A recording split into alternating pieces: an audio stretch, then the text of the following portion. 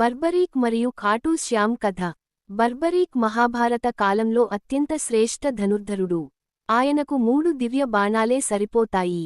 వాటి శక్తితో కౌరవులు, పాండవుల 2 సైన్యాలను కూడా నశింపజేయగల సామర్థ్యం ఆయనకు ఉండేది.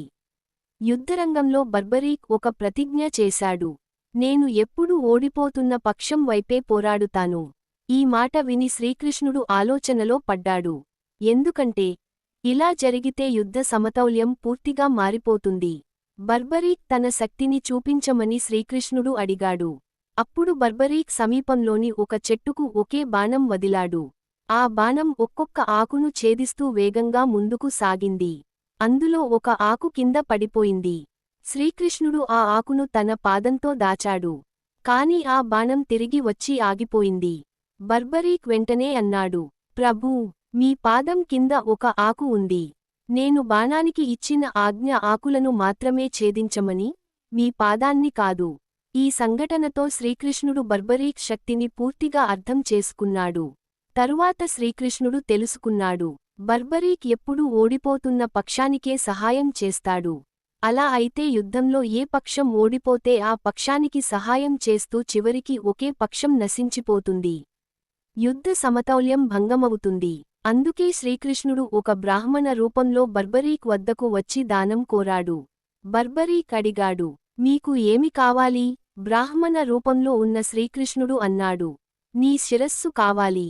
ఇది విని బర్బరీక్ క్షణం ఆలోచించాడు. అయినా ధర్మం కోసం తన శిరస్సు దానం చేయడానికి సిద్ధమయ్యాడు. కాని ఒక కోరిక కోరాడు, నేను మహాభారత యుద్ధాన్ని చూడాలి.